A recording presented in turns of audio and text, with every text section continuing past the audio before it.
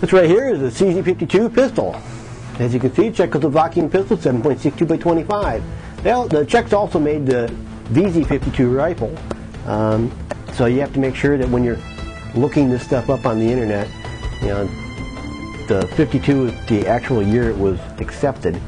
So you know, make sure you get VZ and CZ correct.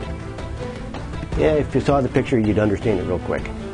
It's the same basic grip material that's used on the VZ58. Mine, the whole pistol was parkerized. I have seen them parkerized, I've seen them blued. It has a safety here, but it also has a decocker. And a word of warning with the decocker: some of these pistols are getting kind of worn because they're getting fairly old.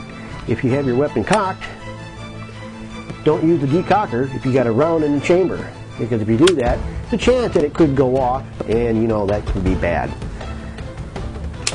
So if you have a round in the chamber, don't use the decocker. When you use the decocker, you're just pressing up on the safety. Magazines. This is the magazine.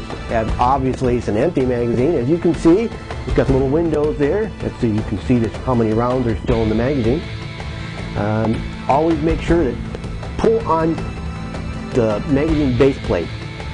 If you can wiggle that or pull it out, replace the magazine. What has happened to me in the past is with these magazines, I've had a round, or I've had a magazine in the pistol, and I was shooting, and as I fired, it was enough of a jolt to work that magazine base plate off. So that went, and then the spring went, and then the rounds remaining in the magazine deposited at my feet. Now, that's not something that the guys at the range let you get over too soon. It's a good pistol, very instinctive shooting, very instinctive pointing, which makes the shooting a lot easier. Got a fairly good sight on it. Trigger pull's okay. It's got more like a roller delayed recoil system in it. Kind of like like the HK design, but not really. If you have a magazine out and you need to lock the slide back, well, there's nothing there to put your finger on.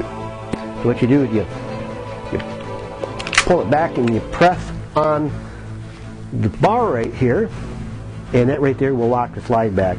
And obviously, to release it, you just pull back on the slide. It's not the best system, but you can get aftermarket replacements for those. The weakest point to this whole pistol is the firing pin.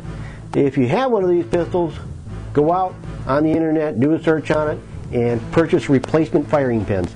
Don't purchase military replacement ones. The original military ones are the weak point. The aftermarket ones are much stronger. Now, if you have one without the replacement firing pin in it, don't dry fire it. These things have a habit of getting broken off, and that doesn't help you at all if you're trying to shoot the weapon. So keep in mind, if you want this thing to last, buy a replacement firing pin just to be on the safe side. Sooner or later, you're going to probably need it. That right there is CZ52.